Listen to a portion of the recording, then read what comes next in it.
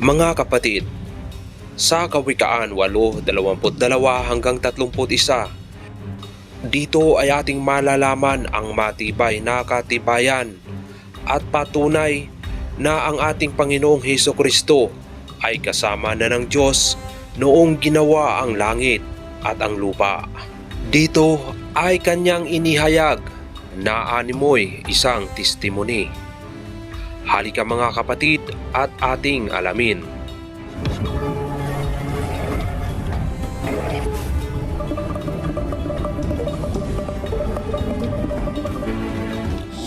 Seven Lone Star approach. Kingdom of Arya presents.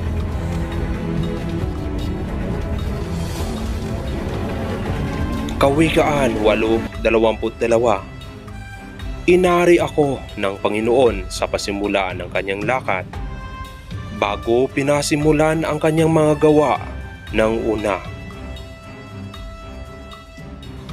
Ako'y nalagay mula noong araw, mula nang walang pasimula, bago nalikha ang lupa.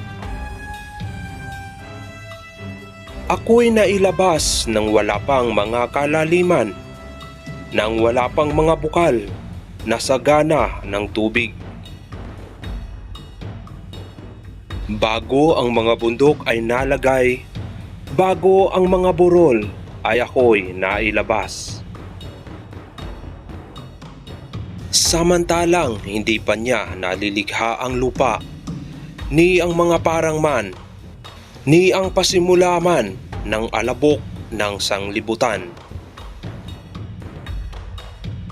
Nang kanyang itatag ang langit, nandoon ako. Nang siya'y maglagay ng balantok sa balat ng kalaliman. Nang kanyang pagtibayin ang langit sa itaas. Nang maging matibay ang mga bukal ng kalaliman. Nang bigyan niya ang dagat ng kanyang hangganan, upang huwag salangsangin ng tubig ang kanyang utos, nang kanyang iayos ang mga patibayan ng lupa. Nasa sipingan niya ako, nagkaya ng matalinong manggagawa, at ako ang kanyang ligaya sa araw-araw, na nagagalak na lagi sa harap niya, na nagagalak sa kanyang tinatahanang lupa, at ang aking kaaliwan ay sa mga anak ng mga tao. Mga kapatid, ito ang amazing facts of the Bible.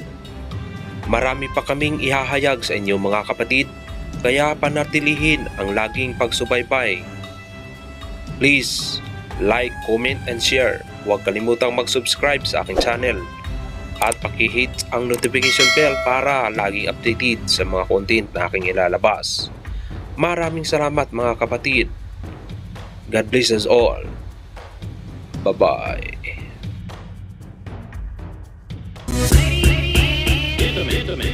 DJ Bun.